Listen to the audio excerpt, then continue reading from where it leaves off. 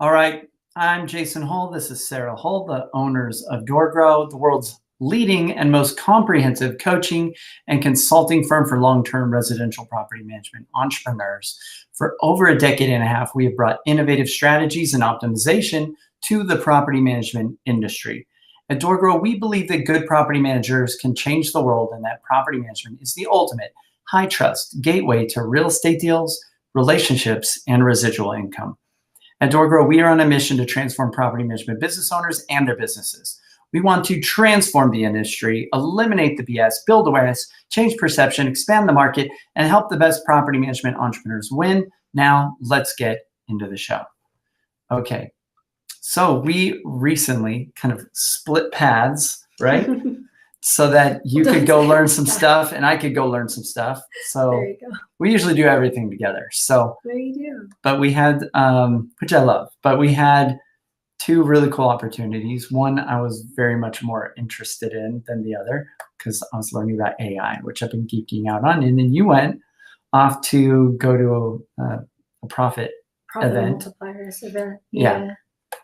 And it was really cool. We went to the first day together, but the second and third day I was in an AI workshop. So yeah, geeking out with some of the best. So on AI. So cool. So I would love to hear what you kind of took away from this event and what you learned, and maybe you could share that. And then we do have a sponsor we can interject somewhere in the middle, and then we'll wrap up. Okay, thanks. Thank you for giving me the agenda. There's the agenda. That's the agenda. So. All right. I wanted to go over my notes on one speaker in particular. I was kind of going back and forth between two of them, and I think this is the one that I landed on. Mm-hmm.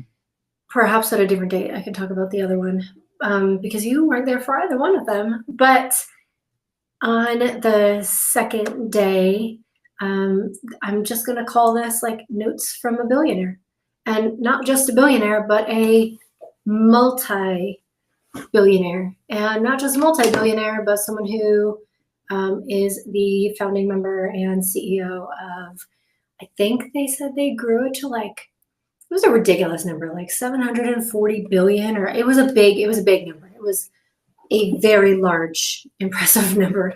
And he was so nice. I actually had a conversation with him before I even realized who he was. I was chatting with him. Mm-hmm. I wish I would have done separately. Like I recognized the name and then I saw him speak and I went, man, I would have asked him a different question. So I'll do a quick little intro and then I'll kind of share my notes from what I wrote down while he was presenting. So intro, his name is Jeff Hoffman. And for those of you that don't know the name, like I didn't know the name before, as soon as I say the name of the company, you'll instantly go, oh, how? Okay. No, I know the company. The company is Priceline. So he is one of the founding members of Priceline. Now I'm in the dark. I don't know why I'm in the dark. Jason is messing with things. Messing with the light, but I'm overexposed. There we go. Good. Okay. So Jeff is one of the founding members of Priceline, and they scaled it. They started it and scaled it to many hundreds of billions of dollars. And this is some of the advice that he had shared with us in his speech, because I got to hear him get up and speak and present to the entire room. Okay. So the first thing that I wrote down, I don't know if he can be credited with saying this or if he was quoting someone else, but he said it, so I wrote it down because it resonated very much, was ideas are welcome here, but execution is worshipped. And I think that's really powerful, because how many times do we all have this great idea, right? Oh my God, I had this idea. Oh my God, I had this idea. Oh my God, we should do this. We should do that. And what if we did this? There's no shortage of ideas. It's execution. That's the hard part. Is turning an amazing idea into something and bringing that to life and bringing it to fruition. So I love it so much.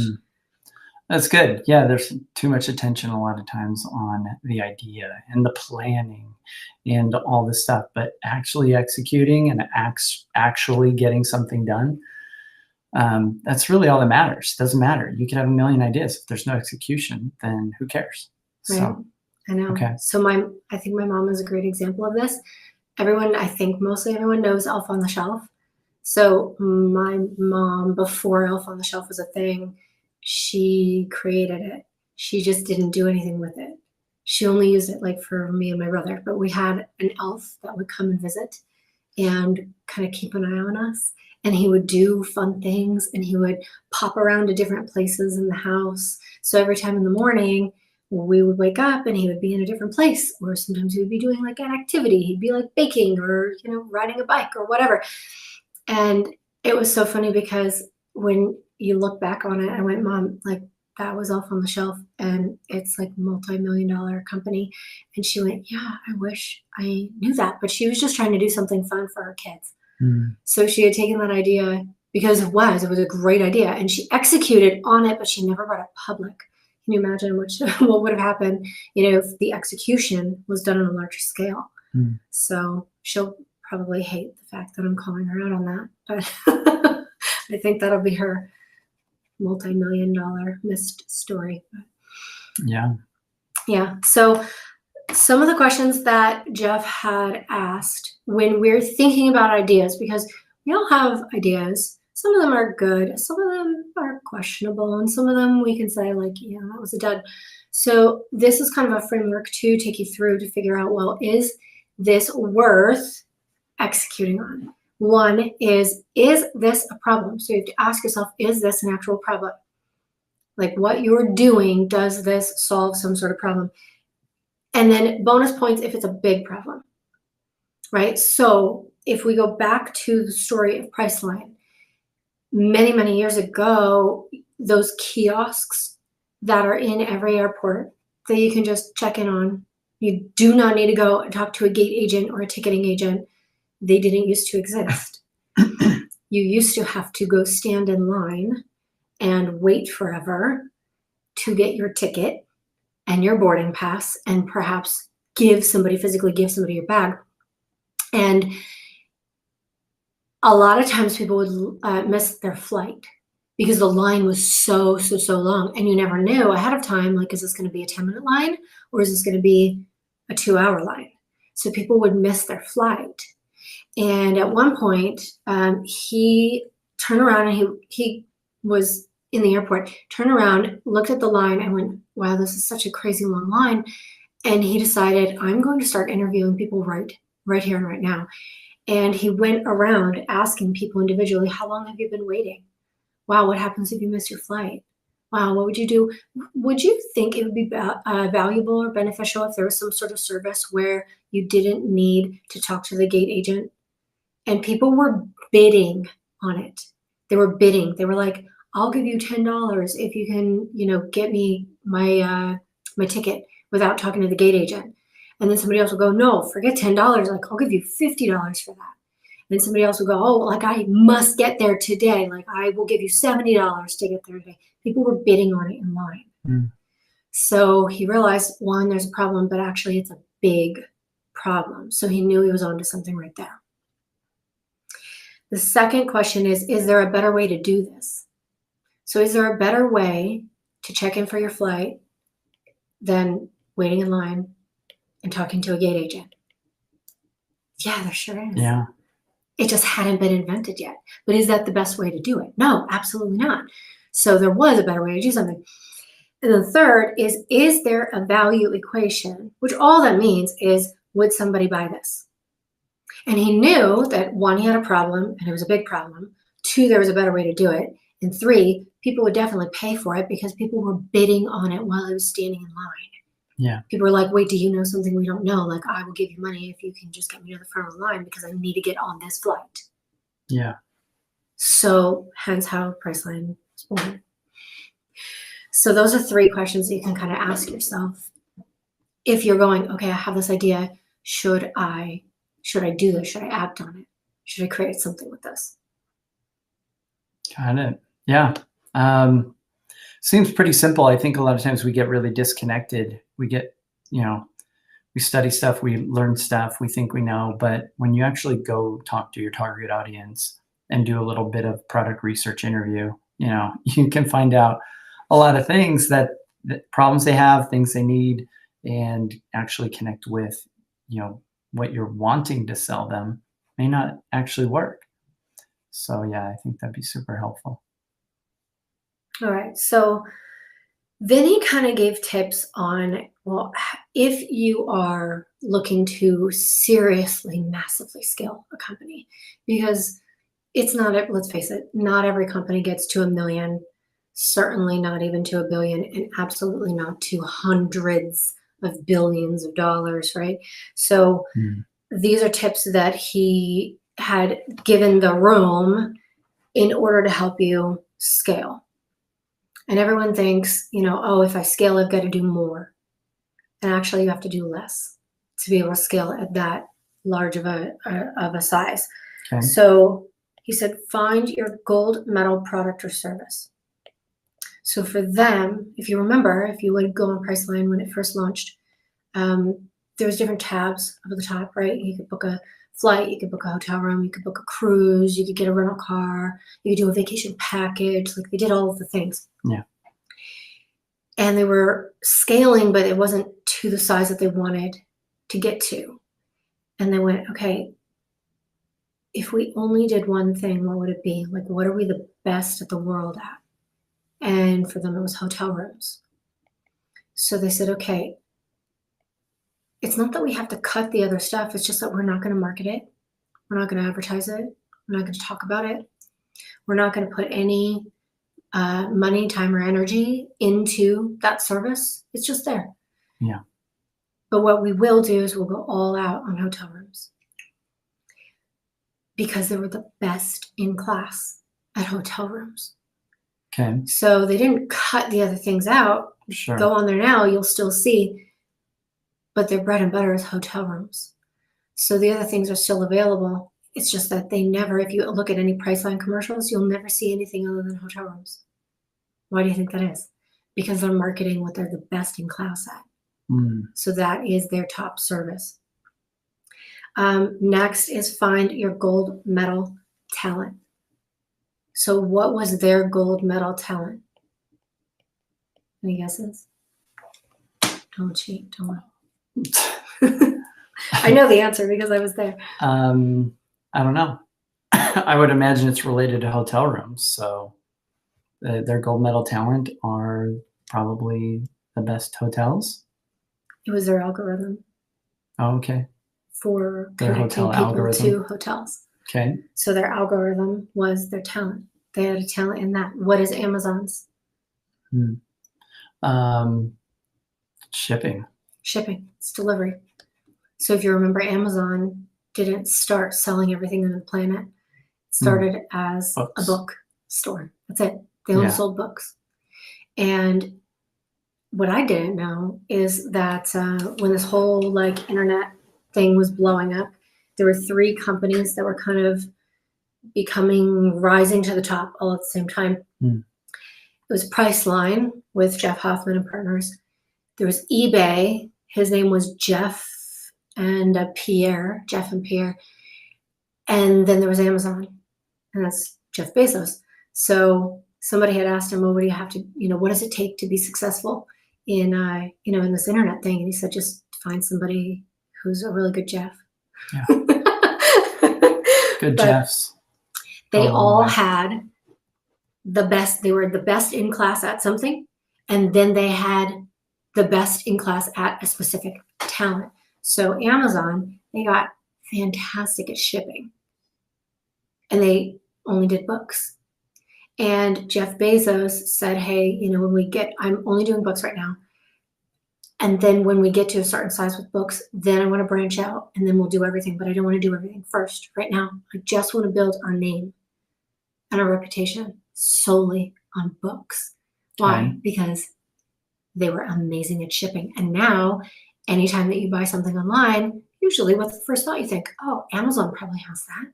Why? Because they'll ship it. And then you need to shape your brand. That's the third piece of this. And you need to ask yourself, what question are you the answer to? So for them, I need a hotel room. Well, where do I go?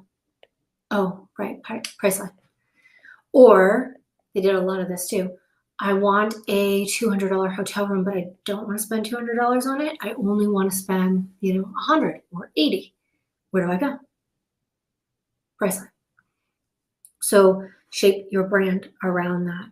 And then you've got to, in that arena, you've got to find your brand asset. So everyone goes, oh, why should I work with you? I just watched a Jeremy Miner video, like at his live event. Mm-hmm. And he had a microphone and he went up to someone in the audience and he said, hey, why would someone work with you? Oh, I've seen these videos. And he let them answer. And he goes, okay. Everyone and then he goes says to the same next thing. audience answer and he We're the goes, why would best. someone work with you? We're the best. And he does it again. And he goes, okay, so all of you guys really sound the same. You're in wildly different industries and companies, but you all sound the same. Yeah. Right? So you can't sound the same as everybody else and expect to stand out. So if you could only give one reason that somebody would work with you, what would that one reason be? It's not about all the reasons, it's about the one reason. And that shapes your brand. Yeah. Yeah. So I thought that was really good. If you aren't sure, you don't know, if you're like, I don't know, there's a lot of reasons why somebody would work with us. Ask your customers. Yeah, like why did they pick you? Why? What is the one reason? Don't just say why did they pick you, because then they'll go, oh, because of X, Y, and Z. Great. Was it X or was it Y or was it Z? What is the one main reason that you decided to work with us? And do that. Ask 10 people. If you don't have 10 people, then keep selling until you can get 10 people, because that data will tell you what is it that your customers have found in your messaging, even though maybe you didn't do a great job at delivering it. So I thought that was really interesting. Yeah, that's good. Mm-hmm. Yeah. They talk about broadcasting versus what they call narrowcasting. So this is focusing on the right people, not just any person. Okay. Because for every product, for every service, for every brand, there are the right people, and then there's everybody else. So if you're trying to close every deal, it's almost like an impossible game. Who do you target? Well, we target people. Everyone. Mm-hmm. People, really? Who do you target? Well, I work with real estate investors. Well, geez, okay. There's only like hundreds of millions of those in the world. Which ones do you target? Yeah. Right? So some of this goes into our client-centric mission statement when we take our clients through their company culture stuff. But we want to get really, really clear on who are my people. Not just who are people that could buy this. What are the right people to buy this, to work with me, to choose this, right? There's a difference. Right. I'm going to pause because I don't know if you have anything to say. No. No? Okay. I'm listening. I mean, this makes sense. Yeah, you got to really be specific, because if you target everybody, you target nobody. Then you're just more noise in the marketplace. So if you want to be, like we're pretty niche at DoorGrow. We target long-term residential property management companies in the US. Like that's our target audience that do third-party property management. So that's do we get other types of clients? Sure. But that's our bread and butter. That's who we focus on. And that's very specific. Those are the people we know we can help. Mm-hmm. Yeah. And I'd say we're the best in the world at that. So, yeah. Right. So I think Sharon calls it a dog whistle, right? Speak to your people. And Right. anyone who isn't your people, they won't hear it. Yeah. It's not for you. Good. I don't want you to hear it. Just the dogs will. Just the right ones. They'll hear it. Okay. Okay. This I liked a lot. He said, focus on your second slide customer. So find your yeses instead of overcoming no's. Every sales training in the world goes, oh, let's overcome objections. Let's overcome no. Let's work a no into a yes. Let's see what we can do to turn it around. Overcome objections. No, don't overcome objections. Just find the yeses. Second slide. Yeah. Customer. So, when you have like a whole presentation prepared. Yeah. And the example he gave is, he said he went out with one of his sales reps and there was like a 20-slide presentation that was like their pitch deck, right? Yeah. So he spent the day with a sales guy, and the first meeting they went to, he got through all 20 slides, and the woman was like, yeah, this sounds really good. Like, I'm going to think about it. I think I'm going to get back to you. But like, yeah. Like, it wasn't a solid yes because she didn't commit. She didn't sign up. But she was open to it. She's like, yeah, let me think about this. Like, let me take it up to management and we'll do something. So he got out of that meeting and he said to the sales rep, he said, how do you think that went? The sales rep was super proud. He went, yeah, that was a great pitch. She's definitely going to buy. Like, she's going to come back around. Like, that's a deal that'll close. It's like in the pipeline. It's like about to close. And Jeff said, yeah, I just didn't say anything. It's like, I just didn't say anything. I'm like, I'm not going to skew it. I just want the data, right?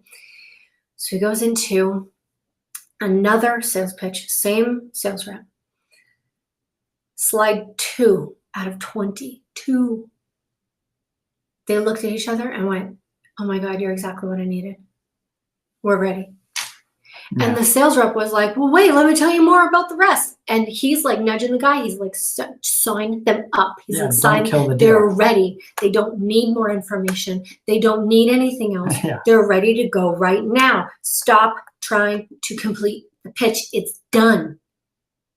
You don't need the other 18 slides. They already said yes, and they said yes on slide 2. Find your slide 2 yeses.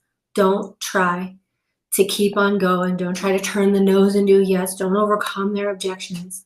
Find your slide 2 customers. So what they actually did, this I thought was so interesting. This like lit up my brain because I like data so much. Okay, I'm going to pause you. Okay, so pause. Nice little hook. Now we're going to go to our sponsor, and then everyone can hear what you're about to say. Oh, that's so good. All right, so this episode is sponsored by Blanket. So really like the team over at Blanket. Blanket is a property retention and growth platform that helps property managers stop losing doors, add more revenue, and increase the number of properties they manage. Wow your clients with a branded investor dashboard and an off-market marketplace while your team gets all the tools they need to identify owners at risk of churning and powerful systems to help you add more doors. So check it out. It's an amazing property retention platform. Even if it's switching owner hands, you keep the properties. So check out Blanket. All right. So what is this cool thing you're about to tell us, Sarah? Ooh, that was good. Well done. Well done. That was good. Leora would love that. So what he did is he profiled people. And I know that sounds like nowadays we're all like, don't profile. That's so mean. No, profile your best customers, your best ones. Okay. That target audience. Who were your easiest sales? Who are your biggest fans, right? Figure out what do they have in common. They all have something in common, but what is it? So for them, they figured out that a rep that worked at the hotel chain that went, we have all these extra hotel rooms. What do we do with them? Like, how do we sell them? That was their job. It's just to figure out how do we sell more rooms. Okay. Those were like his target audience. The reps that were brand new, like 1 to 2 years in the job, that was not it. Because they're so new that they're not willing to take a risk yet. So they were not very likely to close. It's not that they wouldn't close. It's not that you couldn't close them. It's that it wasn't like almost a guarantee to close them. Also, reps that have been in the job for like 15, 18, 20 years. Yeah. Also not it. Why? Because they no longer give a shit. He's like, they're out the door. They go on foot out the door. They're about ready to retire. They don't care. They don't care if they sell more hotel rooms. They just care that they keep their job until they can retire. So they're not almost practically guaranteed to close. Yeah. So if you were in this bracket or in this bracket, he was like, yeah, it's not you. I'm not going to target those people. It's the people in between. It's the people that have been there for like 3 to, somewhere between like that 3 to 15, 3 to 14 years. Those people were amazing because they're not afraid to speak their opinion. They're looking to kind of make a name for themselves at this point, and they're not afraid to take a risk, but they are looking to do something big. Those were his people. How do you think he figured that out? Because he profiled his best customers again and again and again. And he went, huh, look at that. The new ones, they don't do it. The old ones, Yeah. they don't do it either. Mm. It's only this slot in the middle. And those are our people. Got it. I like that. Yeah, right? Makes me think, like, with our clients, who is almost always a guarantee to close? That's the profile of the target. Yeah. That's exactly what you want to do, is you want to profile the ones. It's like a shoo-in. If I didn't close this, it would be insane. Right? Yeah. And what they even took it a step further. They actually created a 100-point scoring chart. Yeah. And there were different questions. One of the questions was that one, for example, like, how long have you been with your company? So if you're like 1 to 2 years, he would give them like negative 20 points. Oh, yeah. Right? So now it's like, oh, your score just went down. Oh, no, you answered this way. Your score went down again. Your score went down again. Same thing with those, the older ones. They would be like a negative 40 though, because they really didn't care. It's easier to close the newer ones than it is the older ones. So like, oh, I've been here 18 years. He's like, cool, negative 40 points. In the middle though, he might go, okay, there's like 25 points. Maybe there's 15 points. They just scored 15.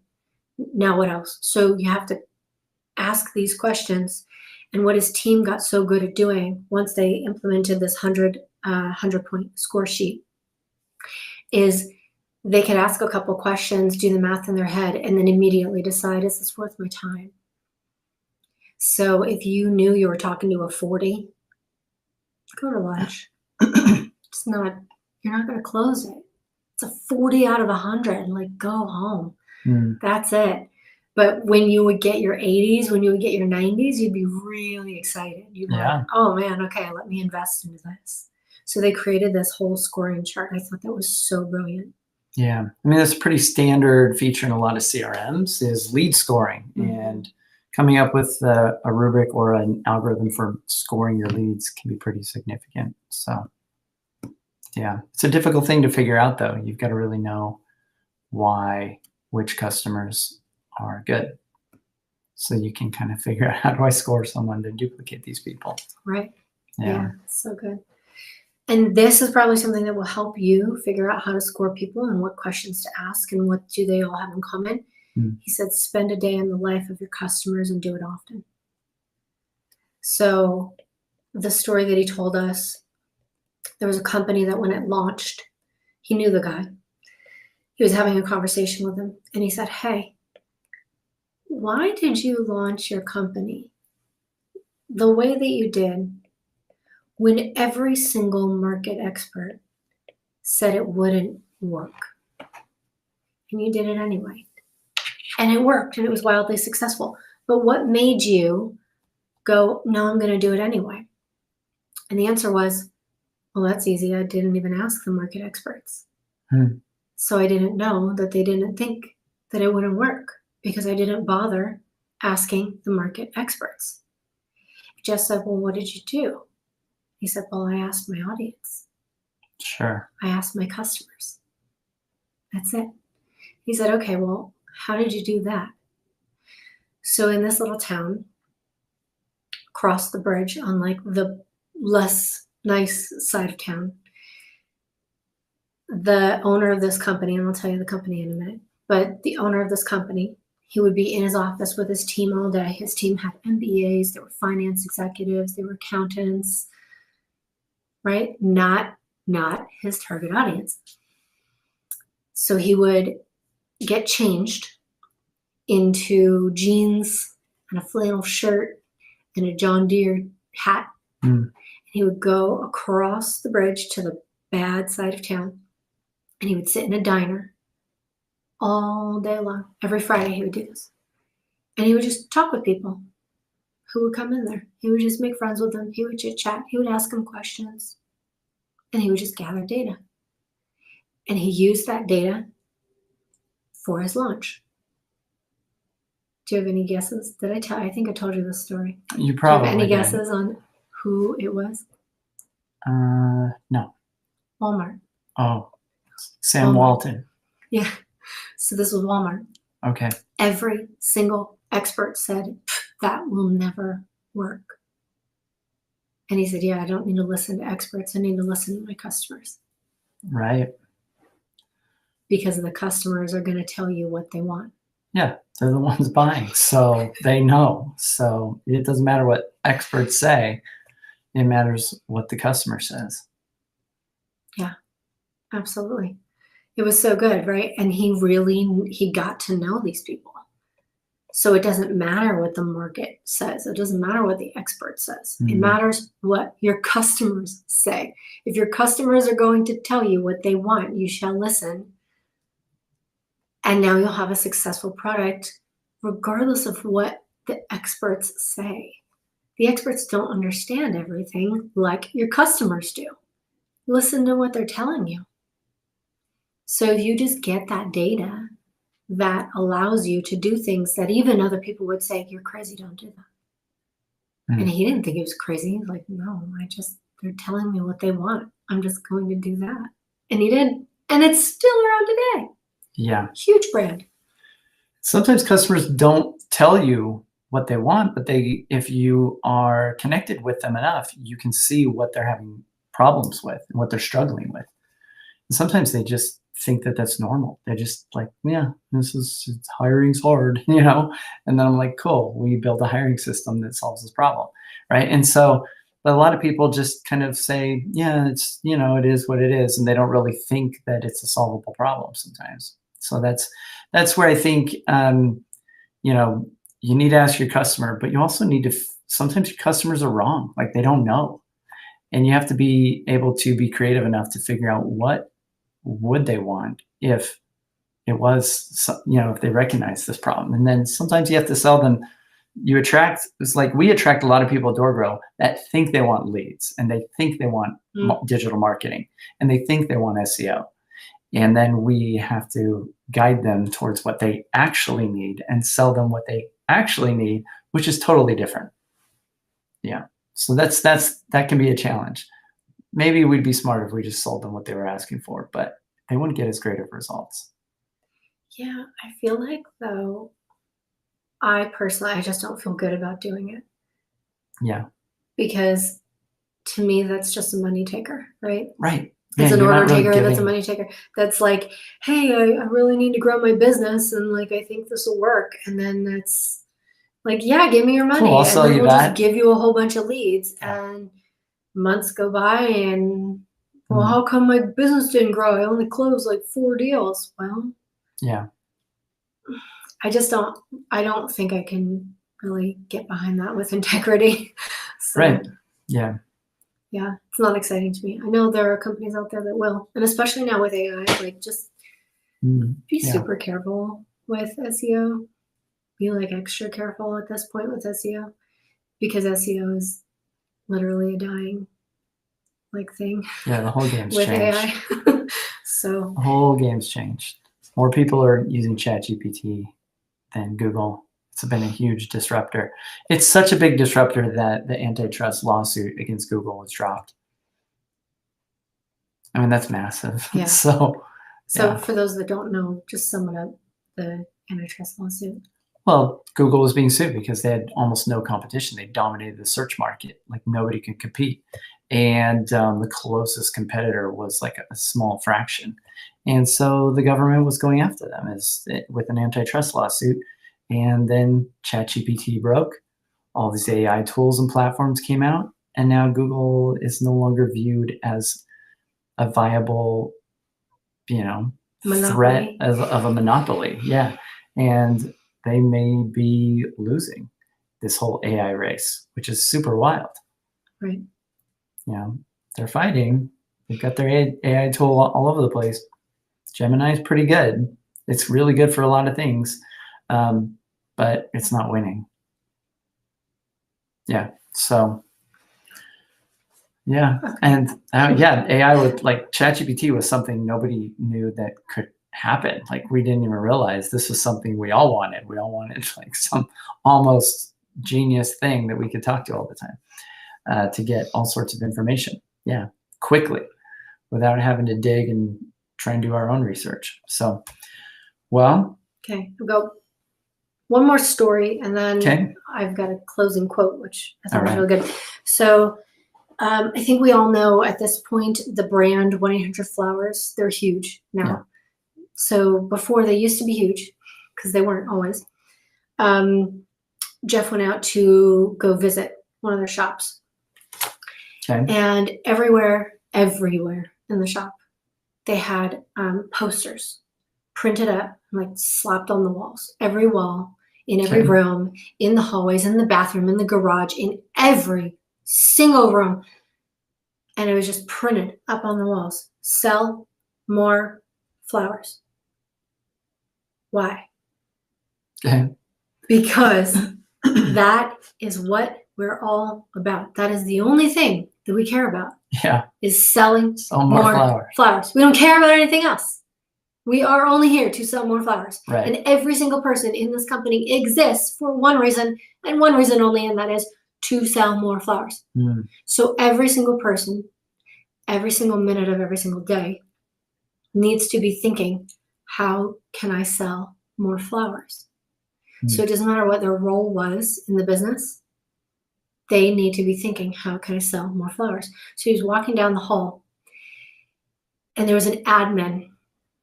She did a lot of the paperwork, answering the phones, things like that. She's got this huge stack of papers, and she's like walking down the hall with a stack of papers. And the owner says, hey, whatever her name is, Susan, hey, Susan. And he points up to the wall, and he goes, what are you doing right now? And she goes, puts the paperwork down, turns around, walks away. And Jeff said, well, what on earth was that? And he said, we have a rule, if you are not doing something that can somehow be connected to how does it help us sell more flowers, my rule is you do not do it. Ever. So whatever she was doing, clearly, was not connected to sell more flowers. So therefore, I reminded her, sell more flowers. And she stopped promptly what she was doing and went back to what she should be doing, which is sell more flowers. So they continue on the tour. They get back into the back of the shop, into the garage where they've got their van for deliveries. And they had a mechanic. The mechanic is underneath, like wenching away. And he goes, hey. He goes, watch this. He goes, hey, Joe. He points at the wall. He goes, what are you doing right now? And Joe says, oh, well, I was installing this new filter on all of our vans because this new filter, it saves us X many dollars in gasoline per tank. I think it was $8. He goes, so we save with this new filter, we actually save like $8 per tank of gasoline. So I'm going to install each of the filters on our vans. And then what I'm going to do is I'm going to go inside and tell marketing to print up some coupons for $8 off of a bouquet of flowers. And we're going to run that as a promo. Because if we just saved $8, that means we have $8 extra. So we might as well run a promo and that'll help us sell more flowers. And he goes, yeah, it's brilliant. Do that. So the mechanic is thinking all day, every day, how do I sell more flowers? Now, would a mechanic generally be thinking about selling flowers? No. He'd be thinking, how do I wrench on this? How do I fix that? What about the oil change? What about the tires? What about the spark plugs and the brakes? He's not thinking about selling flowers. But it wasn't lost on him because all day, every day, he's staring at a big sign that says sell more flowers. So it doesn't matter what you are doing. If it's not connected to helping us sell more flowers, what you're doing does not freaking matter. This goes along with a book called The Goal by Elihu Goldratt. And the goal, spoiler for everybody that wants to read this operational book, is to make money. And so a lot of times we get caught up in creating systems, inventory, things that actually cause waste, or over optimizing each individual department or each individual step. But it actually reduces the overall goal of optimizing for selling more flowers, for example, or making more money. And so sometimes team members standing around doing nothing is more effective than them building more widgets for the next step, because it just creates more waste or more inventory or like constraint. And so that's the idea, is the goal is to eliminate all the constraints, to create momentum so that you get that money coming in. And everybody should be focused on that goal, because it's very easy to get caught up in, like, he could be super caught up in, I'm going to make the cars run hyper effective and efficiently, but maybe that just causes more financial spend, or maybe that doesn't help them sell more flowers, for example. And so when everybody understands the overall goal and how they fit into that puzzle, then instead of just focusing on, well, I did my job, or I'm doing this, they're focused on, is this helping the goal? And so I love that. I love that idea. And I think that's super important to get everybody on the team to focus on, because a lot of times everything's siloed. They focus on their little department, they focus on their little role, and they forget the overall goal of the company is to make money. Right.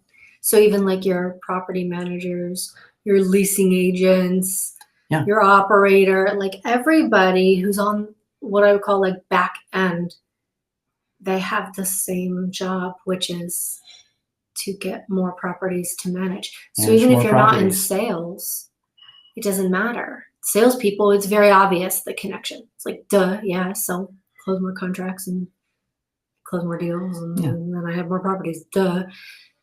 Great, but how does that apply to your leasing agent? How does that apply to your property manager? How does that apply to your receptionist who's answering the phone? How does that apply to your AI tool?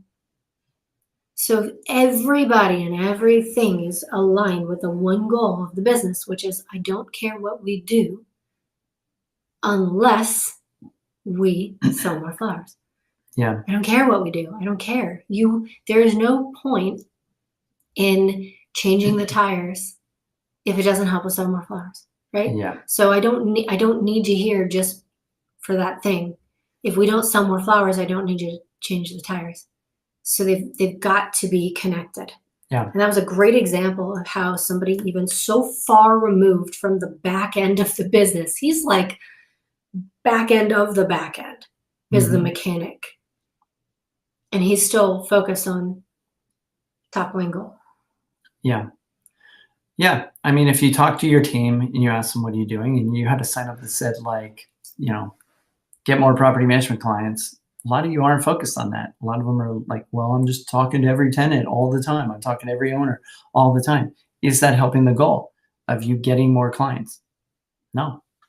A lot of things aren't. Is it helping keep clients? Cool. That is part of getting more clients, is keeping the clients. But yeah, if it's not related to keeping clients or getting more clients, managing more properties, then there's a lot of bloat and a lot of waste in property management companies. We see it all the time. So much. Yeah. And we're really good at helping you see it. So if you want to make more money and you've got a decent number of doors, you've got 200 plus doors, come talk to us. Our program will be paid for by probably just the first stuff we help you with in the first month. It's a no-brainer. Okay. Okay. Then I'll close it out with this. Okay. He said, as a quote, don't chase money, chase excellence, because excellence follows money. I like it. Yeah, right? So good. Yeah, because a lot of times that's what people want. They're like, well, I just want to make enough money. Yeah. I want to make more money. It won't matter if you're not excellent in what you do. Yeah. Yeah. Well, cool. Well, those of you listening, if you have felt stuck, stagnant, want to take your property management business to the next level, reach out to us at doorgrow.com. Also, join our free Facebook community just for property management business owners at doorgrowclub.com. And if you want tips, tricks, ideas to learn about our offers and DoorGrow, subscribe to our newsletter by going to doorgrow.com/subscribe. And if you found this even a little bit helpful, don't forget to subscribe and leave us a review on whatever channel you found this on. We'd really appreciate it. And until next time, remember, the slowest path to growth is to do it alone. So let's grow together. Bye, everyone.